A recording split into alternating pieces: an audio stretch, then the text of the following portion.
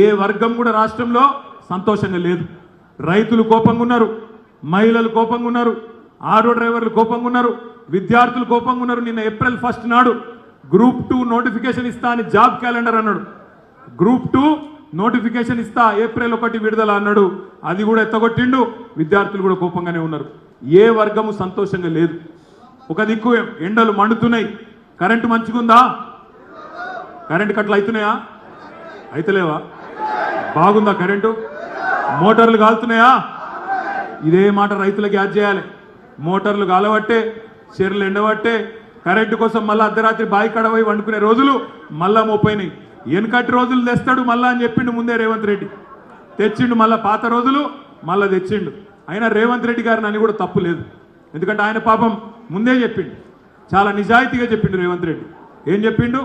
ప్రజలు మోసపోవాలనే కోరుకుంటారు, ప్రజలు మోసగాళ్ళనే నమ్ముతారు. సంతానలేమి సమస్యతో బాధపడుతున్నారా? చింతించకండి. సుమారు 90,000 జంటలకు ఆనందం నింపింది ఓఎస్ఎస్ ఫర్టిలిటీ. ఈ రోజే 7825893600 కి కాల్ చేయండి. సంతానోత్పత్తి చికిత్సపై భారీ డిస్కౌంట్లు పొందండి. గుడ్ న్యూస్ చెప్పండి. మరి ప్రజలు మోసపోవాలని కోరుకున్నప్పుడు మేము మోసం చేస్తే తప్పేంది అనే మాట రేవంత్ రెడ్డి గారు చాలా నిజాయితీగా చెప్పిండు. కానీ మనమే తప్పు చేసినాం. ఏం తప్పు చేసినాం? ప్రజలకు మనమే చక్కగా చెప్పలే. మనం మంచి పనులు చేసి కూడా చెప్పుకోలే. దేశంలోనే అత్యధికంగా ప్రభుత్వ ఉద్యోగులకు జీతాలు ఇచ్చింది కేసీఆర్. దేశం మొత్తంలోనే అత్యధికంగా ప్రభుత్వ ఉద్యోగులకు జీతాలు ఇచ్చిందే కేసీఆర్. 73% పెంచిండు కేసీఆర్ గారు. కేంద్ర ప్రభుత్వ ఉద్యోగుల కంటే ఎక్కువనే ఉద్యోగులకు జీతాలు ఇచ్చిండు. కానీ వాళ్ళని సంజాయించుకోలేకపోయినాం. భారతదేశంలోనే అత్యధిక ఉద్యోగాలు ఇచ్చిండు పిల్లలకు. కానీ ఆ పిల్లలను సంజాయించుకోలేదు, మన దిక్కు తిప్పుకోలేదు. రైతులకు కేసీఆర్ చేసినంత ఎవరు చేయలే.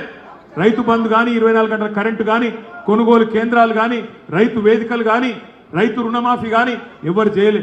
కానీ ఆ రైతులను కూడా పూర్తిగా మన దిక్కు మలుపుకోలేకపోయినాం. ఇవన్నీ మనం చెప్పుకోవాలి. మళ్ళొక్కసారి మొన్న అసెంబ్లీ ఎన్నికల్లో జరిగిన పొరపాటు ఈసారి జరగనీయొద్దు. మన పోటీ మీరు మర్చిపోకండి. మన పోటీ కాంగ్రెస్తో లేదు. మల్కాజ్గిరి పార్లమెంట్లో ఖచ్చితంగా మన పోటీ భారతీయ జనతా పార్టీతో ఉన్నది. జాగ్రత్తగా ఉండవలసిన బాధ్యత మన మీద ఉన్నది. ప్రతి